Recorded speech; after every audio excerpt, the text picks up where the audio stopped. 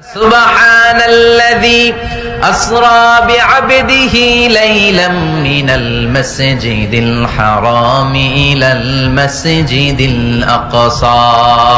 সুবহানাল্লাহ পড়েন। সুবহানাল্লাহ। সাইয়েদনা জিবরাইলকে দিয়ে আল্লাহ সারপ্রাইজ দিলেন তার নবীকে। কি দিলেন? সারপ্রাইজ শব্দটার সাথে পরিচিত না আমরা? হঠাৎ করে কাউকে এমন কিছু দেখালাম বা দিলাম সে কল্পনাও করে নাই। সাইয়েদনা জিবরাইল মারফত আল্লাহ তাআলা তার প্রিয় হাবিবকে সারপ্রাইজ দিলেন।